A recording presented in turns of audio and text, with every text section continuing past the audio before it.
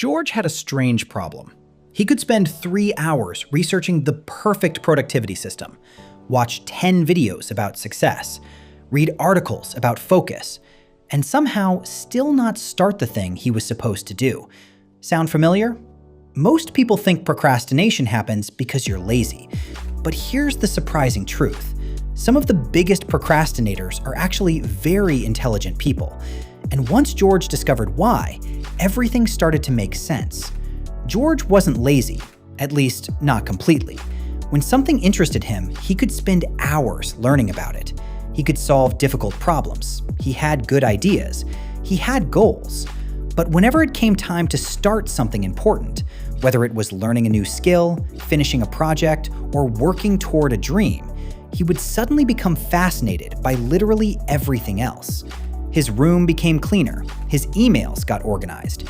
He watched just one YouTube video, then another, then another. By the end of the day, he felt busy, but not productive. And that's when frustration kicked in. Why can't I just start? George eventually learned something important. Procrastination isn't always a time management problem. Often, it's an emotion management problem. Smart people tend to have a few habits that accidentally make procrastination worse.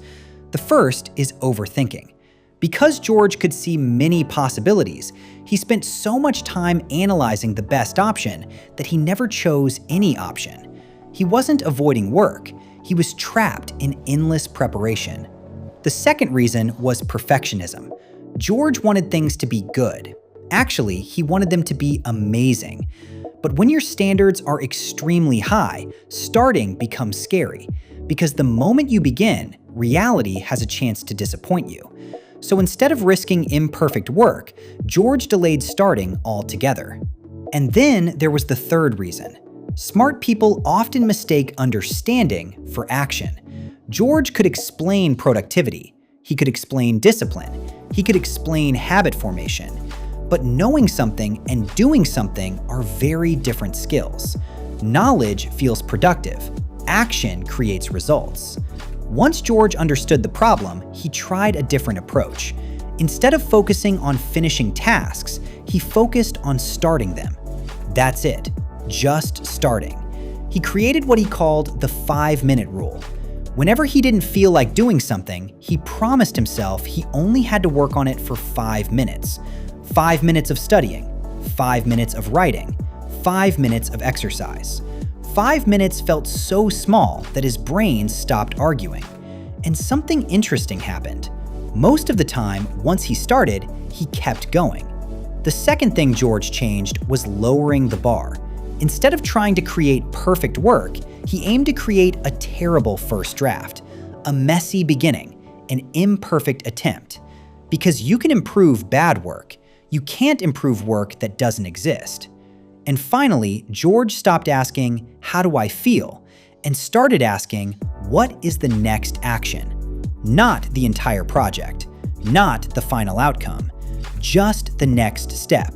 Open the document, write one sentence, read one page, send one email. Tiny actions created momentum. Momentum made bigger actions easier. The following week, George had an important project he had been avoiding. Normally, he would spend hours planning, researching, thinking, worrying. This time, he set a timer for 5 minutes, opened the project, and started. The work wasn't perfect. Actually, it was pretty rough.